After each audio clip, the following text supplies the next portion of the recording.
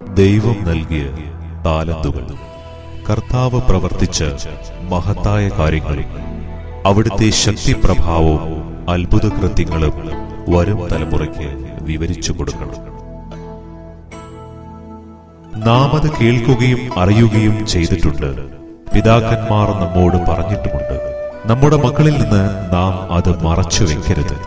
വരാനിരിക്കുന്ന തലമുറ, ഇനിയും ജനിച്ചിട്ടില്ലാത്ത മക്കൾ അവ അറിയുകയും തങ്ങളുടെ മക്കൾക്ക് അവ പറഞ്ഞു കൊടുക്കുകയും ചെയ്യും. അവർ ദൈവത്തിൽ ആശ്രയിക്കുകയും അവിടുത്തെ പ്രവൃത്തികളെ വിസ്മരിക്കാതെ കൽപ്പനകൾ പാലിക്കുകയും ചെയ്യും. ദൈവജനത്തിന്റെ ചരിത്രം പ്രവാസികളുടെ ചരിത്രം കൂടിയാണ്. ഈ രാജ്യത്ത് പ്രവാസികളായി കഴിയുന്ന നമ്മുടെ ഇടയിൽ ദൈവം പ്രവർത്തിച്ച വൻ കാര്യങ്ങൾ വരും തലമുറയുടെ മുൻപിൽ നാം മറച്ചുവെച്ചാൽ അത് ദൈവത്തോടും അവരോടും ചെയ്യുന്ന അനീതിയായിരിക്കും. കഴിഞ്ഞ 30 വർഷക്കാലം ഈ മരുഭൂമിയിൽ ദൈവം നമ്മെ നടത്തിയ വഴികൾ നാം വിസ്മരിക്കരുത്.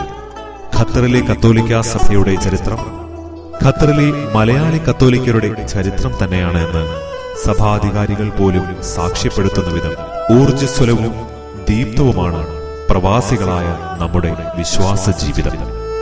വിശ്വാസികളുടെ പിതാവായ അബ്രാഹത്തെ വിളിച്ച ദൈവം, യാക്കോബിന്റെ ജീവിതത്തിൽ കൂടെയുണ്ടായിരുന്ന ദൈവം, മോശയിലൂടെ ദൈവജനത്തെ പരിപാലിച്ച ദൈവം, വാഗ്ദത്ത ദേശത്തിലേക്ക് ജോഷുവയെ നയിച്ച ദൈവം, ഇന്നും ആ ദൈവത്തിന്റെ സജീവ സാന്നിധ്യം നമ്മുടെ മധ്യയുണ്ടെന്ന് ബോധ്യപ്പെടുത്തുന്ന കാര്യങ്ങളാണ് ഈ കഴിഞ്ഞ 30 വർഷക്കാലം നമുക്ക് കാണാൻ കഴിഞ്ഞത്.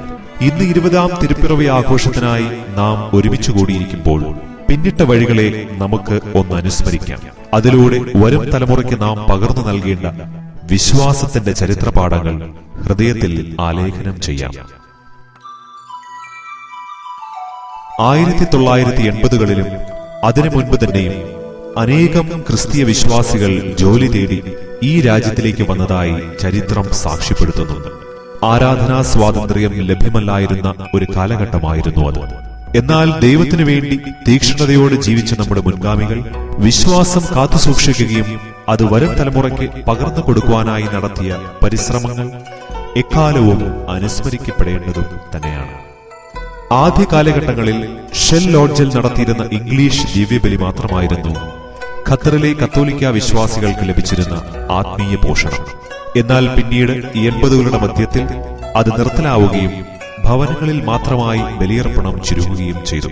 ഈ കാലഘട്ടത്തിലും നമ്മുടെ കുട്ടികളെ കൂദാശ സ്വീകരണത്തിനായി സിസ്റ്റർ കാതറീൻ ഗോവിയാസ് പരിശീലിപ്പിച്ചു എന്നത് എടുത്തു പറയേണ്ട വസ്തുതയാണ്.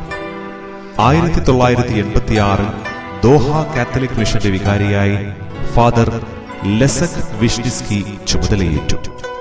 തുടർന്ന് നടന്ന കൂടിയാലോചനകളിൽ മലയാളി സമൂഹത്തിൽ നിന്നുള്ള വിശ്വാസികളുടെ ഭാഗഭാഗിത്വം ചർച്ചാ വിഷയമാവുകയും കേരളത്തിലെ വിവിധ രൂപതകളിൽ നിന്നുള്ള 12 പ്രതിനിധികൾ അടങ്ങുന്ന ഒരു പ്രവർത്തക സമിതി രൂപീകരിക്കുകയും ചെയ്തു.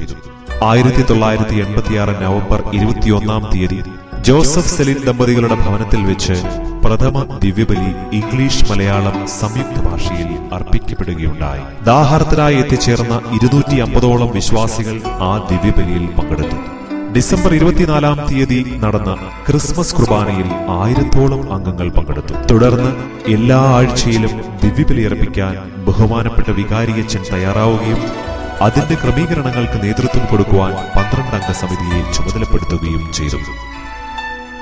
വിവിധ ഭവനങ്ങളിലായി ആരംഭിച്ച മലയാളം കുർബാന പിന്നീട് അൽബിദായിലുള്ള സെന്റ് പീറ്റേഴ്സ് യാക്കോബായ സുറിയാനി പള്ളിയിൽ 6 മാസത്തോളം തുടർന്നു പോന്നു.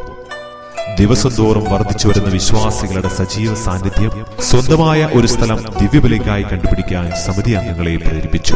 1988 ഓൾഡ് എയർപോർട്ട് ഏരിയയിൽ ദിവ്യബലിക്കായി മാത്രമായി ഒരു ഭവനം സജ്ജീകരിക്കപ്പെട്ടു. 2 വർഷങ്ങൾക്ക് ശേഷം അൽബിദായിലേക്ക് ആരാധനാ സ്ഥലം മാറുമ്പോൾ കേരളത്തിലെ ഒരു ഇടവകയെ പോലെ തന്നെ വിവിധ പ്രവർത്തക സമിതികൾ, അൾത്താര ബാലസംഘം, ഗായക സംഘം എന്നിവ സജീവമായിരുന്നു.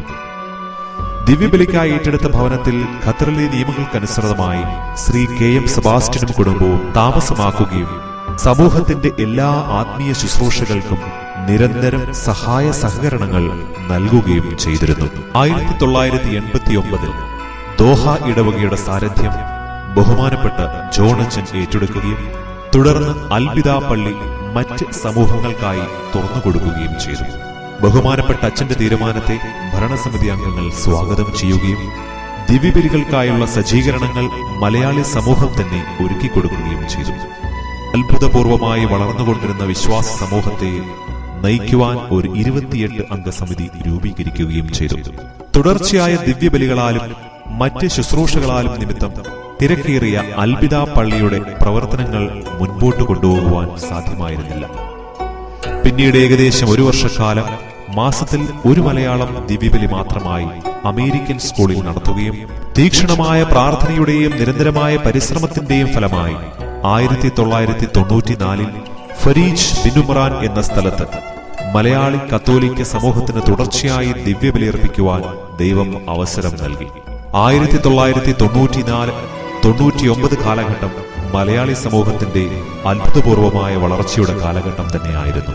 ബഹുമാനപ്പെട്ട ജോണച്ചന്റെ നേതൃത്വത്തിൽ നമ്മുടെ സമൂഹം സാമൂഹികവും സാംസ്കാരികവുമായ മേഖലകളിൽ ദോഹയിലെ സജീവ സാന്നിധ്യമായി മാറി.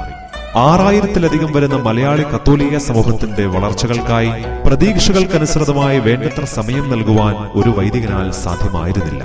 ഇക്കാലയളവിലാണ് അപ്രതീക്ഷിതമായി ബിന്നുമറാൻ പള്ളി അടച്ചുപോയത്. തങ്ങളുടെ തനതായ പൈതൃകവും പാരമ്പര്യവും വിശ്വാസവും മക്കളിലേക്ക് പകർന്നുകൊടുക്കുവാൻ തീവ്രമായി അഭിലഷിച്ചിരുന്ന സീറോ മലബാർ സഭാംഗങ്ങൾ തങ്ങളുടെ ആത്മീയ ശുശ്രൂഷകൾക്കായി മാതൃസഭയിലെ പുരോഹിതന്മാരെ ലഭ്യമാകുവാൻ പരിശ്രമിച്ചുകൊണ്ടേയിരുന്നു. തൽഫലമായി 1999 ഡിസംബർ മാസത്തിൽ സീറോ മലബാർ ക്രമത്തിലുള്ള ദിവ്യബലി ബിന്നുമറാൻ പള്ളിയിൽ തന്നെ ആരംഭിക്കുകയും ചെയ്തു.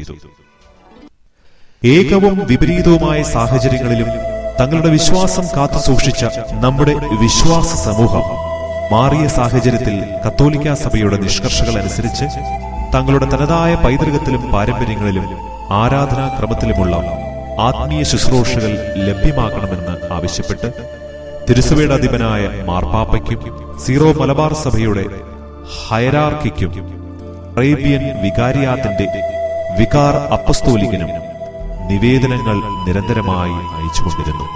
ഈ പരിശ്രമങ്ങളുടെ ഫലമായി 2003 മെയ് മാസത്തിൽ അറേബ്യൻ ഗൾഫ് രാജ്യങ്ങളിൽ അധിവസിക്കുന്ന സ്വയാധികാര സഭാംഗങ്ങളുടെ ആത്മീയ ശുശ്രൂഷകളെ സംബന്ധിച്ച കൽപ്പന പൂജ്യ സ്മരണാർഹനായ ജോൺ പോൾ രണ്ടാമൻ മാർപ്പാപ്പ പുറപ്പെടുവിച്ചു. ഖത്തറിലെ അമീർ his highness Sheikh Ahmad bin Khalifa അൽത്താനിയും അദ്ദേഹത്തിന്റെ ഭരണകൂടവും ക്രിസ്ത്യാനികൾക്കായി ദേവാലയങ്ങൾ നിർമ്മിക്കാൻ അനുവാദവും നൽകി. 2002 സെപ്റ്റംബർ മാസത്തിൽ പുറപ്പെടുവിച്ച ഈ അനുമതി പ്രകാരം തങ്ങളുടേതായ രീതിയിൽ സ്വതന്ത്രമായി ആരാധിക്കുവാനുള്ള സീറോ മലബാർ വിശ്വാസ സമൂഹത്തിന്റെ ചിരകാല അഭിലാഷം യാഥാർത്ഥ്യമായി. ക്രിസ്ത്യാനികൾക്കായുള്ള ദേവാലയം നിർമ്മിക്കാൻ ഗവൺമെന്റ് സ്ഥലം സംഭാവന ചെയ്തപ്പോൾ ഇന്ത്യൻ ക്രിസ്ത്യൻ സമൂഹത്തെ സംഘടിപ്പിക്കുവാനും അതിന് നേതൃത്വം നൽകുവാനും നിയോഗിക്കപ്പെട്ടത് സീറോ മലബാർ സമൂഹം തന്നെയായിരുന്നു എന്നത് നമുക്ക് അഭിമാനിക്കാൻ വക നൽകുന്നു.